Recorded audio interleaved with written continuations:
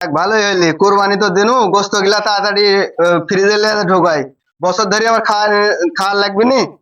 ফকির ফাকরা আসলে পরে আমার হবিলান তাড়াতাড়ি লেজা ঢোকাই ফ্রিজে, ফকির চলে আসবি।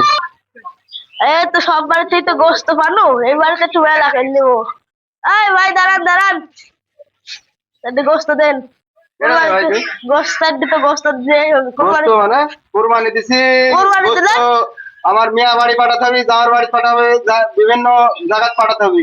গোস্ত কি কোরবানি দিছি তোরা লাগে? হ্যাঁ ফ্রিজে থুয়া বছর ধরে খাবো, ঠিক আছে? তোমার লাগে তো গোস্ত ইয়া করা হয়নি, যাও গোস্ত বেশি।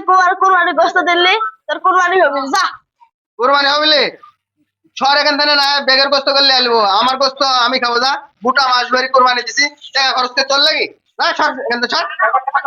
আমার